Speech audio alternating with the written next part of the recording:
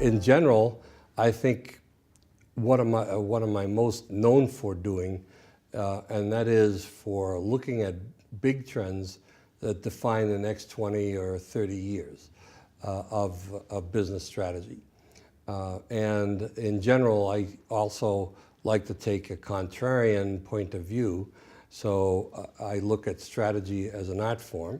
If one of the other thinkers 50 has a theory, then I find the weaknesses in it and figure out how to unravel it. So I enjoy very much the opportunity to consult against my colleagues here to test my theories out.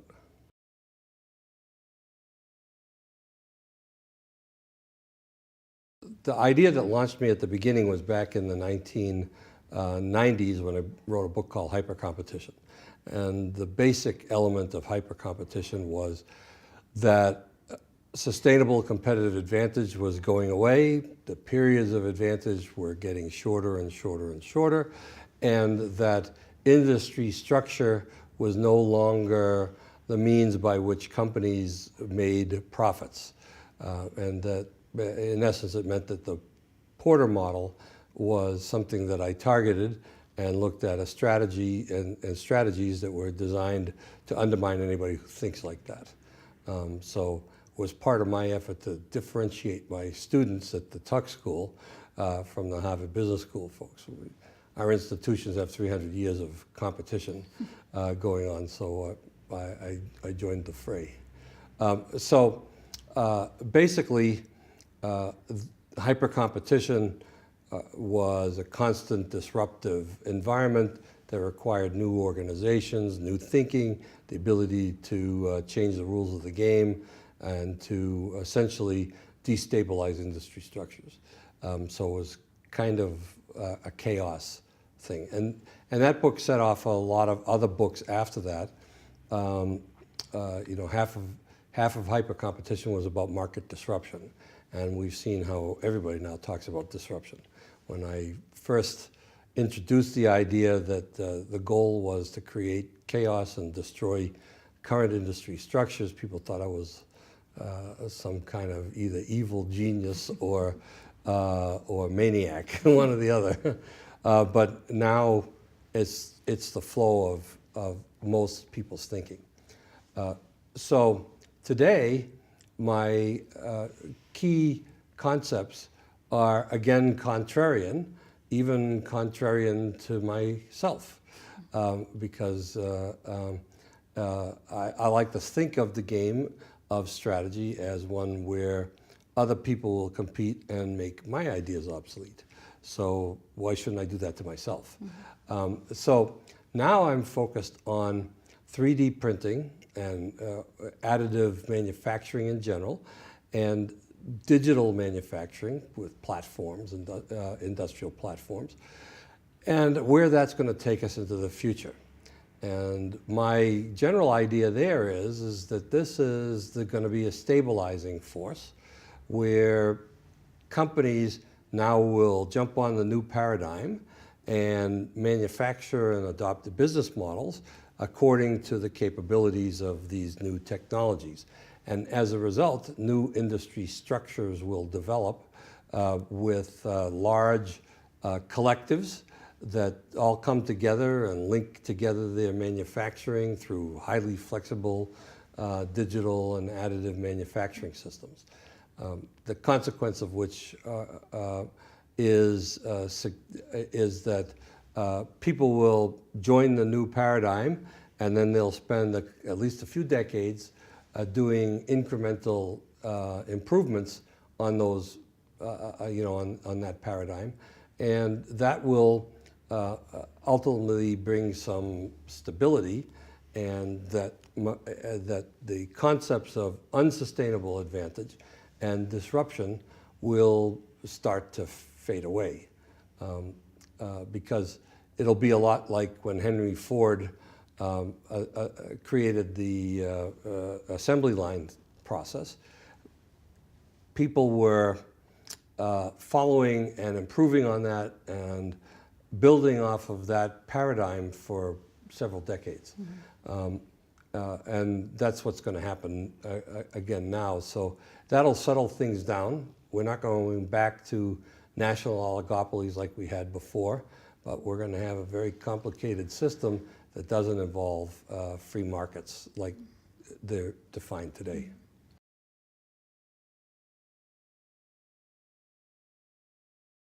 Now I'm much more focused on the new technologies. So I'm trying to get them familiar with them, trying to get them to understand that there have been some recent developments in 3D printing that takes it way beyond printing trinkets and toys and plastic junk, and that it's now possible to actually make large volumes of products at cheaper than traditional manufacturing costs. So the first thing is awareness and urgency. And the second thing is transition.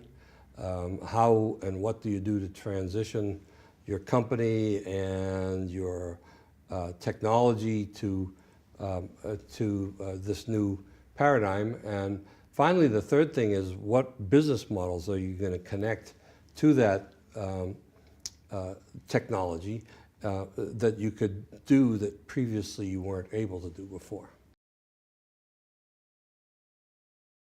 In Industry 4.0 is basically the last gasps of the 20th century paradigm.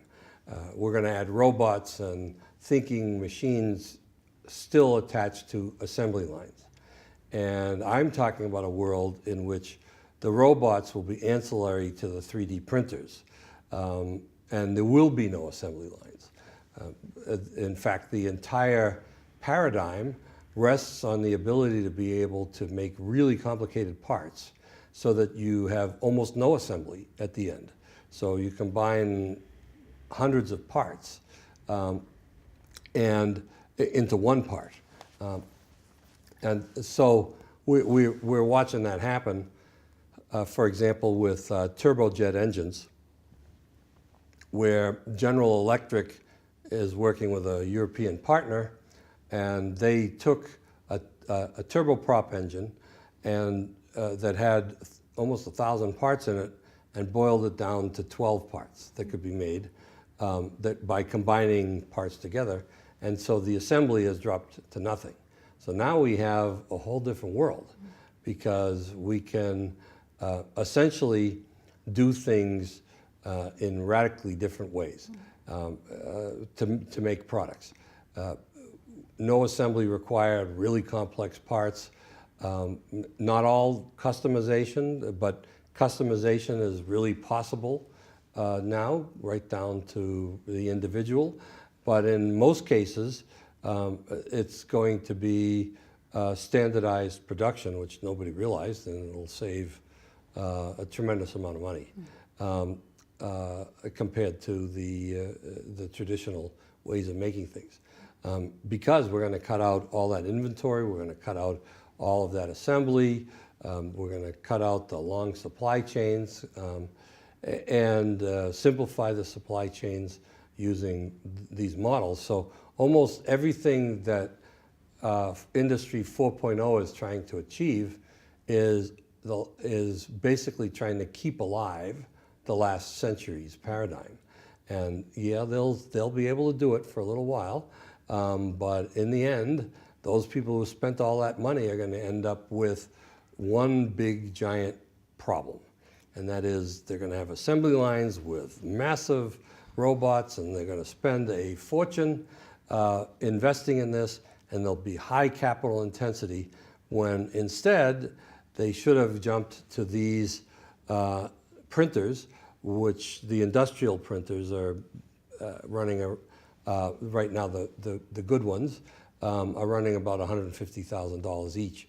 And so capital intensity will disappear as a problem in manufacturing.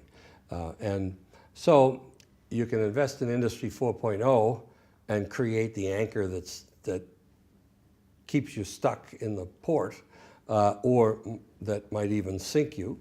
Or you can go to something that's much lighter weight and less costly, and be able to make the products of the future.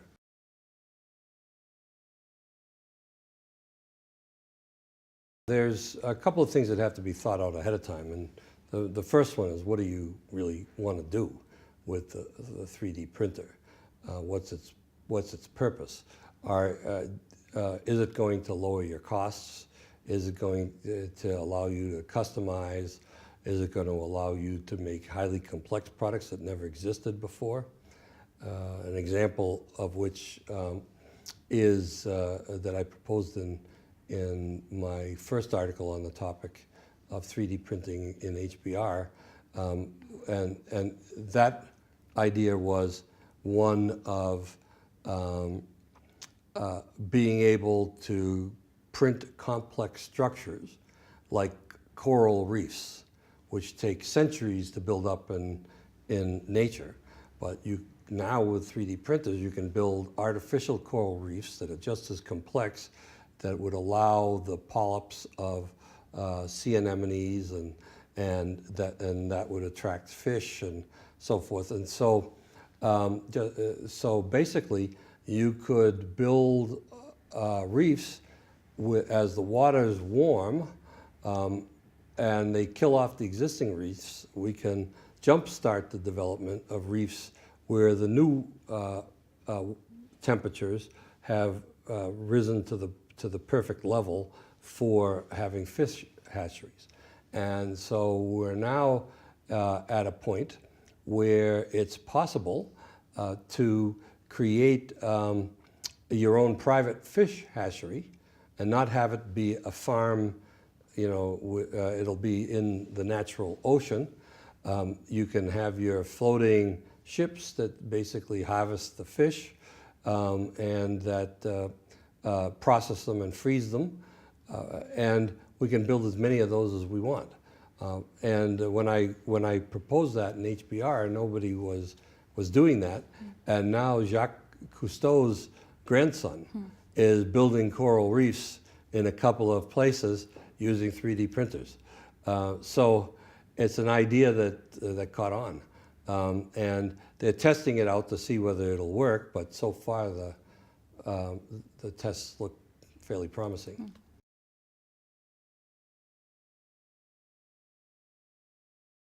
It's a couple of different things. The first is competitive intelligence.